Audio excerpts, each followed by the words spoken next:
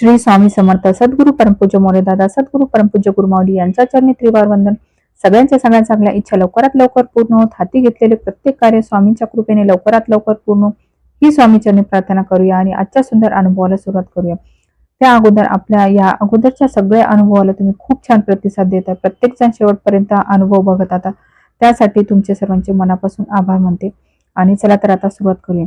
तर आजचा जो अनुभव आहे तो प्रमिला निकम सटाणा येथील ताईचा आहे. तर बघा, या अनुभवामध्ये ताई सांगतात की आईने केलेली सेवा ही सुद्धा तिच्या बाळापर्यंत कशी पोहोचते आणि हा चमत्कार फक्त आणि फक्त धुमावती तीर्थानेच शक्य होऊ शकतो. कारण बऱ्याच वेळा बघा, काही अशा घटना असतात की त्या इतक्या खोलवर गेलेल्या असतात की तिथपर्यंत पोहोचणं हे शक्य नसते, परंतु आई आपल्या बाळासाठी काहीही गोष्ट करू शकते, कोणत्याही थराला ती जाऊ शकते.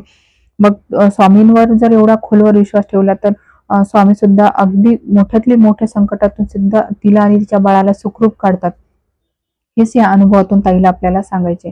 तर अनुभव खरंच छान आहे आणि सुंदर आहे, कारण अनुभवामधून आपल्याला हे कळतं की आपण जर एखादी सेवा केली तर ती आपल्या कुटुंबाला सुद्धा पुरणार आहे. त्यामुळे घरातील एकाने जरी सुरुवात केली तर हळूहळू बघा, तुमचं संपूर्ण कुटुंब जे आहे ते स्वामीमय होऊ शकतं. स्वामींचं नाव घ्यायला चालू करून देतं. कसं तर बघा, एखाद्या वेळेस आपण बघा, खरं पाहिलं तर आई स्वयंपाक करते तर ती आपली एकट्यासाठी करते का? तर नाही, ती सगळ्या कुटुंबाला पुरेल एवढा आणि एवढ्या प्रमाणामध्ये आणि एवढ्या आपुलकीने करत असते. तशीच तिने केलेली सेवा सुद्धा जे आहे ते सगळ्या घरापर्यंत पोहोचते किंवा घरातील सगळे लोक जे ते हळूहळू मग स्वामींचं नाव घ्यायला लागतात. अशा प्रकारे संपूर्ण घर जे ते हळूहळू स्वामींच्या नामामध्ये जे ते मंत्रमुग्ध होतं किंवा स्वामींचे त्यांना चमत्कार सुद्धा यायला लागतात. तर ताई सांगतात की त्यांची सुद्धा लहान मुलगी जी होती ती गर्भवती होती, 2 नंबरचे समजा. मग त्यांनी काय केलं की सोनोग्राफी केल्यानंतर तिची सोनोग्राफी वगैरे झाली गर्भवती असताना आणि त्यानंतर डॉक्टरांनी त्यांना सांगितलं होतं की जे बाळ आहे ना, त्या बाळाच्या पोटामध्ये जे ते 5 सेंटीमीटरची गाठ झाली आहे. म्हणजे बघा, बऱ्याच वेळा काय होतं की काही गोष्टी इतक्या खोलवर गेलेल्या असतात की त्यांचं काय निदान करावं किंवा तेवढा वेळ दिल्यानंतरही त्या गोष्टींची शाश्वती नसते. परंतु आपण जर स्वामींवर विश्वास ठेवला किंवा स्वामी मार्गात येऊन जर आपण इतरांच्या काही गोष्टी जर ऐकल्या तर स्वामी महाराज त्यांच्या द्वारे जे ते आपल्याला मदत करून आपला जे ते प्रॉब्लेम सॉल्व्ह करतात, संकटातून आपल्याला बरोबर बाहेर काढतात. हेच ताईंच्या बाबतीत झालं. आता ही सगळी गोष्ट कळाली त्यानंतर त्यांना सुद्धा खूप घाबरल्यासारखं झालं. आता काय करावं काय नाही. मग त्यांनी परत जे काय ते दुसऱ्या डॉक्टरांकडे गेले, म्हणजे बालरोग तज्ञांकडे गेले आणि तिथे गेल्यानंतर त्यांना असं समजलं की बाळ पोटात आहे असल्यामुळे त्यावर आता कुठलाही औषधोपचार करता येणार, कारण ती बाळाच्या पोटात गाठ होती. आता ती वरतून तर सोनोग्राफीमध्ये लक्षात आल्यामुळे कळालं, परंतु आता जेव्हा बाळ बाहेर येईल डिलिव्हरी झाल्यानंतर तोपर्यंत ती किती मोठी होईल किंवा त्याचं काय होईल याचा कोणीच अंदाज लागू शकत नव्हतं. म्हणजे काही काही गोष्टी देवाने सुद्धा आजपर्यंत अशा ठेवलेल्या की त्याचा आपण कितीही वैज्ञानिक क्षेत्रामध्ये पुढे गेलो असलो तरी काही शब्दांची किंवा काही प्रश्नांची उत्तर अजूनही आपल्याला देवाच्या दारात जाऊनच मिळतात. तसंच इथं झालेलं होतं. मग आता काय करायचं? तर मग त्यांनी सुद्धा ठरवलं की एकदा डिलिव्हरी झाल्यानंतर आपण पाहूया त्याचं काय प्रमाण वाढलं किती नाही आणि त्यानंतर आपण ती काढूया, असं त्यांना तत्काळ सांगण्यात आलं होतं. आता मग हे ऐकल्यानंतर सर्वांना त्रास होत होता, कारण आता करायचं काय आणि काळजी सुद्धा वाटली होती, आता कसं होईल काय नाही यानंतरचं जे ते. त्याच याच्यामध्ये असताना बघा, त्यांनी ही गोष्ट जी ती केंद्रामध्ये गेल्यानंतर सेवेकरांना सांगितली आणि तिथे जे प्रश्नोत्तरी करतात त्यांना सुद्धा असं सांगितलं. बघा, त्यांनी एक आधाराचा शब्द यांना दिला की महाराज पाठीशी असताना तुम्ही एवढी काळजी काय करता?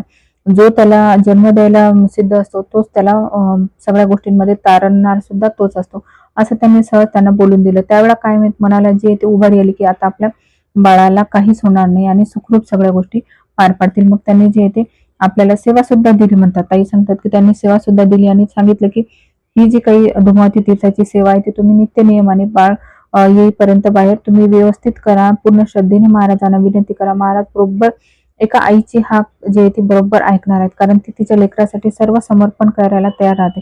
मग आई स्वामी सुद्धा एक माऊलीच आहेत, ती त्यांची एवढी आर्ततेने केलेली हाक का नाही ऐकणार? तुम्ही ताईलाही सेवा करायला सांगा, असं म्हणून त्यांनी सांगितलं.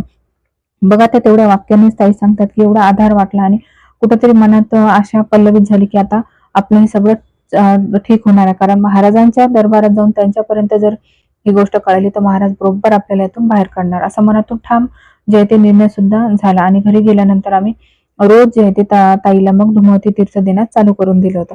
असे काही महिने गेल्यानंतर तिची डिलिव्हरीचा दिवस जवळ आले. आता बघा, थोडीशी धाकधूक तर राहते, परंतु महाराजांवर जेवढ्या विश्वासाने विश्वास ठेवून जी सेवा केली होती ती सुद्धा कुठं वाया जाणार हे सुद्धा माहिती होतं. आणि तो दिवस आला त्यानंतर महाराजांनाच विनंती केली, सगळं सुखरूप होऊ द्या, सगळ्या गोष्टी चांगल्या होऊ द्या. आणि डिलिव्हरी झाली. डिलिव्हरी झाल्यानंतर परत त्यांनी लगेच जे ते बाळाला मग बालरोग तज्ञाकडे घेऊन गेले होते, कारण त्यांना पाहायचं होतं की किती बदल झाला काय नाही या सगळ्या गोष्टी, कारण तसं सांगितलंच गेलेलं होतं. बघा चमत्कार हा शेवटच्या क्षणी सुद्धा होतो, परंतु महाराज तेवढी परीक्षा पाहून घेतात आणि नंतरच आपल्याला त्यातून बाहेर काढतात. आणि बघा ज्या वेळेला डॉक्टरांनी सोनोग्राफी केली त्यावेळेला असं आढळलं की ती गाठ पूर्णपणे नाहीशी झालेली आहे. आणि त्यावेळेस जो काही आनंद झाला तो आम्ही शब्दात सांगू शकत नाही, परंतु तो आनंद म्हणजे एका आईने केलेली सेवा बरोबर बाळापर्यंत पोहोचली आणि ज्या गोष्टी अशक्य होत्या त्या शक्य हे महाराजांच्या दरबारातच होतात हे परत एकदा सिद्ध झालेले. त्यामुळे हा अनुभव तुमच्यापर्यंत पोहोचण्याची इच्छा झाली आणि मनातून खूप आनंद सुद्धा झाला, कारण महाराजांना आभार मानण्याची ही सुद्धा एक आपल्याला संधीच आहे असं आपल्याला वाटलं, म्हणून मी तुमच्यापर्यंत हा अनुभव शेअर केला असं काही सांगतात. खरंच अनुभव खूप सुंदर होता, कारण ही जी गोष्ट होती पाहिजे तेवढी सोपी नव्हती पाहायला गेलं तर, कारण तेवढे दिवस लोटत नेणं आणि मनाला ठाम ठेवून देवावर विश्वास ठेवून ही सगळी गोष्ट करणं ही खरं तर शक्यच नव्हती, परंतु ताईंनी तो तेवढा विश्वास दाखवला, ठामपणे तेवढा निर्णय घेतला आणि त्यामुळेच महाराजांनी सुद्धा त्यांच्या पाठीशी ठामपणे उभं राहून त्यांना त्या संकटातून बाहेर काढलेले आहे. अशा बऱ्याचशा घटना ज्या आहेत आयुष्यात प्रत्येकाच्या ह्या घडत असतात, परंतु त्या जर आपण इतरांपर्यंत पोहोचत गेलो तर नक्कीच परत आपल्याला द्विगुणित होऊन चांगल्या स्वरूपात ते आपल्यापर्यंत येतात. त्यामुळे जास्तीत जास्त अनुभव शेअर करण्यावर आपला जे आहे ते म्हणत असतो आपण. बाकी गोष्टी तर जेव्हा महाराजांना ज्या वेळेला द्यायच्या त्या बरोबर महाराज हे देतात. आणि एखाद्या गोष्टीला जर विलंब जरी होत असेल तरी त्यातून आपलं काहीतरी चांगलंच होणार ही जर भावना ठेवत गेलो तर ती वेळ सुद्धा पटकन निघून जाते असं ताई सांगतात. कारण तो काळ त्यांच्यासाठी फार कठीण होता, परंतु महाराजांना यातून आपल्यासाठी काहीतरी द्यायचं आहे.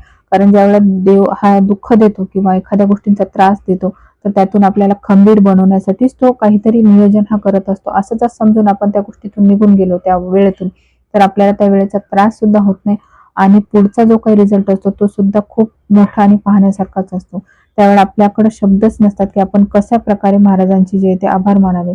असंच हे ताईंच्या बाबतीत झालं होतं. त्यावेळेस झालेला त्यांचा आनंद खूप मोठा होता, कारण जे काही अगोदर त्रास झाला ते सगळं आता विसरण्याची ती वेळ आलेली होती. त्यांनी मनोमनी महाराजांचे खूप आभार मानले आणि खरंच अनुभव आपल्यापर्यंत पोहोचवल्याबद्दल ताईंचे सुद्धा आभार. तुम्हाला सुद्धा हा व्हिडिओ आवडला असेल, अनुभव आवडला असेल तर नक्की जास्तीत जास्त पर्यंत शेअर करण्याचा प्रयत्न करा. चला तर भेटूया पुढच्या अशा सुंदर अनुभवासोबत. व्हिडिओ शेवटपर्यंत पाहिल्याबद्दल धन्यवाद. पुन्हा एकदा श्री स्वामी समर्थ सद्गुरू परमपूज्य मोरे दादा सद्गुरू परमपूज्य गुरुमाऊली यांच्या चरणी त्रिवार वंदन. झालेली संपूर्ण सेवा स्वामींच्या चरणी अर्पण. श्री स्वामी